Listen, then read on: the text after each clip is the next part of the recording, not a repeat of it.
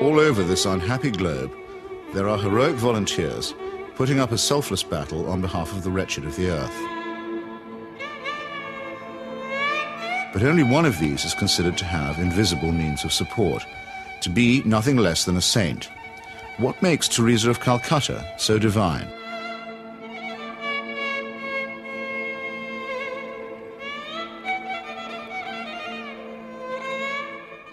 Long before Mother Teresa's helicopter touched down at about 11:20 this morning, the crowds were gathering here at Knock. Among all of you who have made this pilgrimage to Knock this afternoon, we are privileged to have with us as a special guest at this Mass a pilgrim who has come from afar, a woman whose worldwide symbol for goodness and holiness. Not many claims made by the Irish clergy are widely or uncritically accepted, even in Ireland. But the saintliness of an Albanian nun named Agnes Boiaciu is a proposition that's accepted by many who are not even believers. Mother Teresa herself receives extravagant adulation as no more than her due. Of all the women in recent history, no one has captured the public imagination like Teresa of Calcutta. I'm not being facetious, and I'm certainly making no comparison when I say that no woman has made such an impact here since Our Lady herself appeared in 1879. So how did this auction of hyperbole and credulity get started? In that year of grace, 1969, the scrupulously neutral and objective British Broadcasting Corporation permitted that old fraud and mountebank Malcolm Muggeridge to pay a devotional visit to the Calcutta Shrine. Well, Teresa, after I met you in London, really the only thing I wanted to do is to come and see you in your work here. Now I've seen it. And of course it's a shining light. Himself arrogant, almost to the point of humility, Muggeridge became persuaded that he and his team had become the divinely appointed instruments of what he claimed was the first television miracle. During Something Beautiful from God, there was an episode where we were taken to a building that Mother Teresa called the House of the Dying, and Peter Schaefer, the director, said, it's very dark in here, do you think we can get anything? And we had just taken delivery at the BBC of some new film made by Kodak, which we hadn't had time to test before we left, so I said to Peter, well, let's have a go. So we shot it. And when we got back, several weeks later, a month or two later, we're sitting in the Rushes Theatre at Ealing Studios, and eventually up came the shots of the House of the Dying. And it was surprising. You could see every detail. And I said, that's amazing, that's extraordinary. And I was going to go on to say, 3 cheers for Kodak. I didn't get a chance to say that, though, because Malcolm, sitting in the front row, spun round and said, it's divine light. It's Mother Teresa. You'll find that it's divine light, old boy.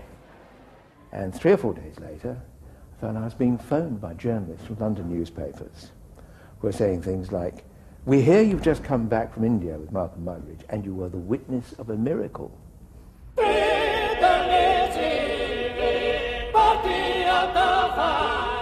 And a star was born.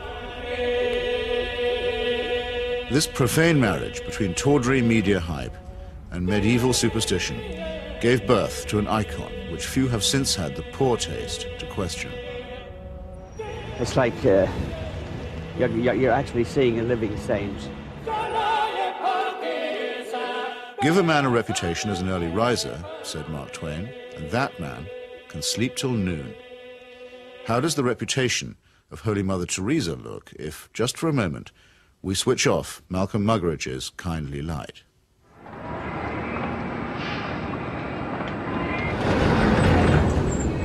Mother Teresa is a Nobel Prize winner. She's a symbol.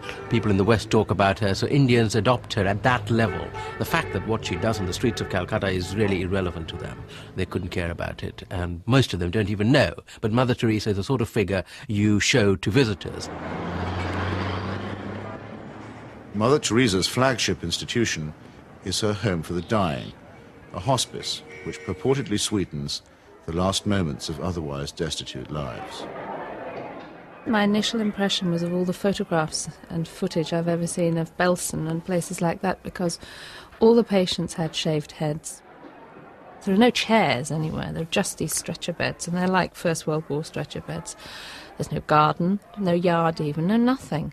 And I thought, what is this? This is 2 rooms with 50 to 60 men in one, 50 to 60 women in another.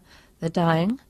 They're not being given a great deal of medical care. They're not being given painkillers really beyond aspirin and maybe, if you're lucky, some Brufen or something for the sort of pain that goes with terminal cancer and the things that they were dying of. And I thought, what's the point? Right from the very beginning, I wanted to serve the poor purely for the love of God and to give them what the rich people get with money. I wanted to give to the poor for the love of God. They didn't have enough drips. The needles they used and reused over and over and over, and you would see some of the nuns rinsing needles under the cold water tap. And I asked one of them why she was doing it.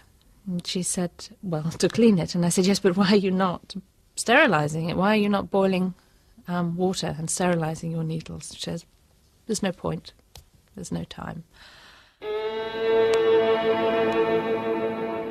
Mother Teresa's cult of death and suffering depends for its effect on the most vulnerable and helpless, abandoned babies, say, or the terminally ill, who supply the occasions for charity and the raw material for demonstrations of compassion.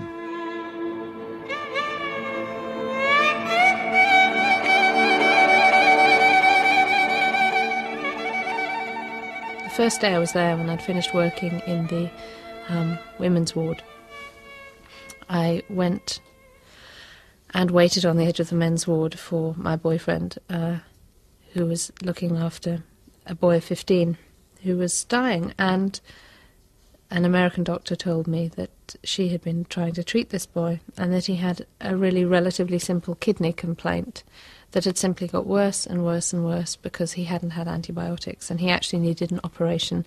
I don't recall what the problem was. She did tell me. And she was so angry, but also very resigned, which so many people become in that situation. She said, well, they won't take him to hospital. And I said, why? All you have to do is get a cab, take him to the nearest hospital, demand that he has treatment, get him an operation. She said, they don't do it. They won't do it. If they do it for one, they do it for everybody. And I thought, but this kid's 15.